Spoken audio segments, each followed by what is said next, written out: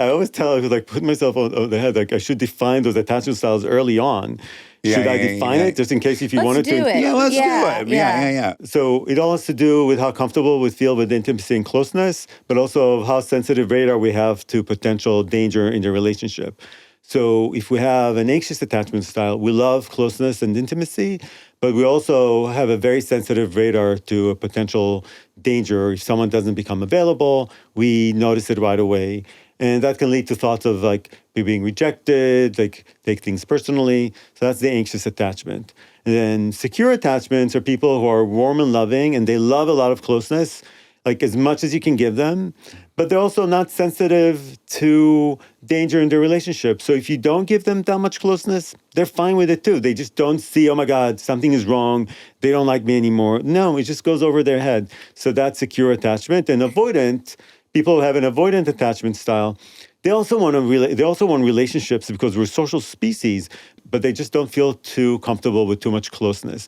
They want you, but they want you from a little bit of a distance. And so they find ways of creating that distance so they can feel more comfortable. What might that look like? Because when you say the anxious attachment, I think we all can, you can think of like your big friendship group, and you can think of the ones that are like really upset and monitoring when they've been invited and when they've not.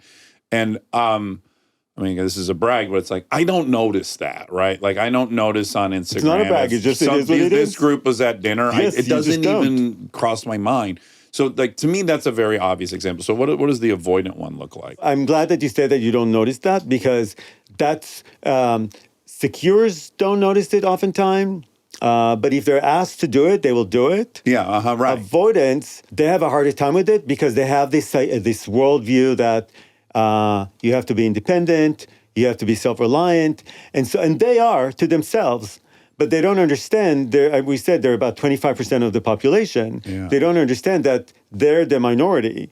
They're not the majority. Most people need other people to help, like when they're in time of need, when they come to you. Yeah. So when you come to them in time of need, it's like, what do you want from me? Take care of it. But then it actually triggers your attachment even more. It's like, no, now you become the center of their problem. I'm coming for help and you're not helping me.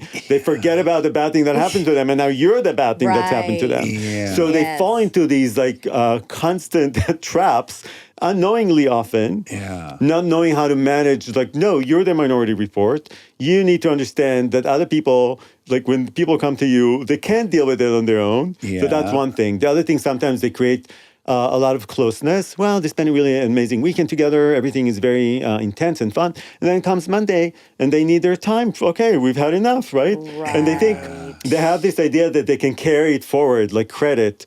But attachment doesn't work that way. It doesn't carry. It's a radar. Exactly. And so they actually disappear. And lo and behold, they do the opposite of what they intended to do. They actually increased the change, the delta. And now you're actually even more, what's happening? Why are you not answering? It feels like love bombing. Yeah, they don't understand what's happening. Yeah. Like, why are you disappearing all of a sudden? So they create that sort of like a lot of like, remember the consistency, available, responsive? Like they don't know that they're like, they don't even know what they're doing. Yes, but they don't even understand what's happening. Right. They're like, don't you feel filled up? Yeah, exactly. Yeah. And then the last thing that happens is that when they feel, sometimes when they get too close too quickly, they don't pace themselves because they kind of like, no, I want this to happen. I want it to work now. I've looked for all these people and it doesn't work. And now I want it. So they get very close real fast. But then, because they think all the other people that I met, they weren't the one. This person's going to be one. I may just swoop in and go in like full force to make it work. But that's exactly what they don't need to do, because the problem is not that they weren't into that person. They were into all these other people. The problem is that there's too much closeness for comfort, and then they have these deactivating strategies, like, oh, I don't know if I like this person. I don't like how they chew. I like all these little things that they start their seeing. Toenails. There's these deactivating strategies to increase so they have to learn to pace themselves, and they have to learn not to get, I call it the closeness overdose, because then they're going to sound like, no, this is suffocating. I don't want you anymore. Right. And then again, they create this sort of push-pull. Yeah. So you can teach them how to create like a more how to sort of engage in more carp scenes, basically. Yeah. And I heard you say, did you once say that you one of your criticisms of your own book, Attached, would be that you didn't necessarily give the avoidant. Oh, I'm glad you brought that up. Yeah, the That's avoidant true. group as much feel- compassion as maybe they deserve. I feel this is my amends, but it's not entirely my fault. This book is definitely my amends to the avoidance, and not just mine. I have to say also just the research in general,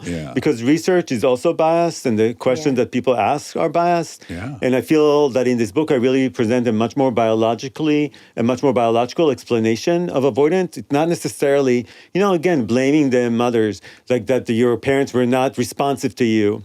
I don't think that's the case. And I really make a strong case of it.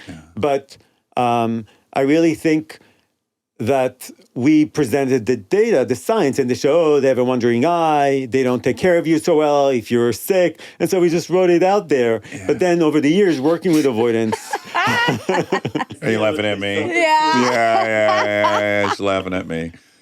When someone gets sick, I'm like, just go deal with it, man. I do. Yeah, he's like, we all get sick. Yeah, we all get sick. What is it? Yeah. Exactly. You see, but it's sick. Right.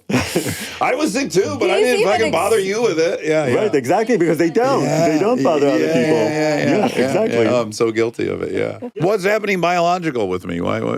So biologically, that's why I give an example in the book of C. elegans, which is like a tiny worm that neuroscientists love because they have, again, huge neurons. And they can be manipulated and experimented on. So in C. elegans, they found that they have two types of feeding behavior: solitary feeding behavior and social feeding behavior. And so they eat E. coli. And so... Thank God. Yeah, I know. We don't want it. I know. So when when the social ones, they detect E. coli, you see like a whole pile of worms voraciously eating. No, thank you. Yeah. And then I hate that image. I know, I'm sorry. But it's important because the solitary one, if one swims, you can see it in there, if one swims in that direction, they swim the other way. They're chemotactically repelled by the other worms, and it's a change in a single amino acid, in a single protein. They can switch solitary to social and vice versa. Yeah, that's very... So the case that I'm trying to make is that this preference for closeness and distance is a lot of it is also biologically driven. Yeah. And we can see it everywhere around us. Like even you can see in pets, some people say some dogs are like cats. They don't like to be that close. They actually will stay away. It's like, okay, I like you from a distance. Some cats will stick to you and they actually are not that separate as you would think. And you can see it in birds and you can see it in people. Some people feel more comfortable with more closeness, and there's a big spectrum. But if we can also focus on the here and now and make these changes that can really lead us to be in secure mode, which is kind of like really flourishing. It's a way to flourish in the world, to feel safe, to not worry all the time. It's so much so, and that's kind of like chapter 4 in the book. I write about energy in the brain because you really have to understand that the brain is a huge energy guzzler. It can't really get reinforcements.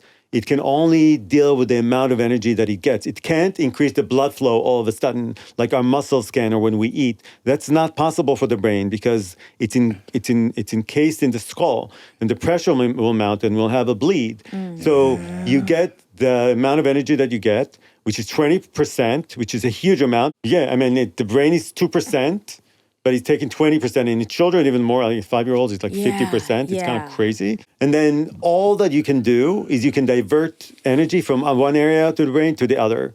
So if you feel safer, and especially those prefrontal areas that are we think and abstract and create, and these are the ones that are most energy heavy.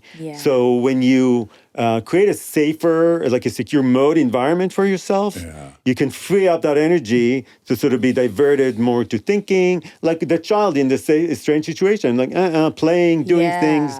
It's not just about, this is nice to me, I don't really have to worry about what the other person is doing. It's really more about this frees up energy to actually achieve more. And then the last thing, and this is now stemming from immediate defensiveness, obviously, it's also, I think, tempting for us to label ourselves one thing across all domains, right? So it's like I could be avoidant in this caregiving of an illness. And then if you call me for AA, I've got unlimited time for you, right? Totally. I think that's the promising part of this whole book, our versatility and our ability to sort of like to change, to understand, to accept certain things. And also like knowing, so if you're not such a great person when you get sick, then like, why shouldn't I call someone else? Like, like, well, no, I'm serious. Why does one person have to do everything? Yeah, exactly. Right. It doesn't make any sense. Yeah. Yeah. Okay, great. Amir, this is awesome. Please, everyone, check out Secure, the Revolutionary Guide to Creating a Secure Life. This is just so encouraging and So hopeful, great. and I really appreciate it. Thank Thanks so you. much for Yeah, coming. thanks. Yeah, it was fun, actually. I was Oh, like a little good. nervous about it, but I enjoyed it. We aim to be fun. All right, be well. Thank you.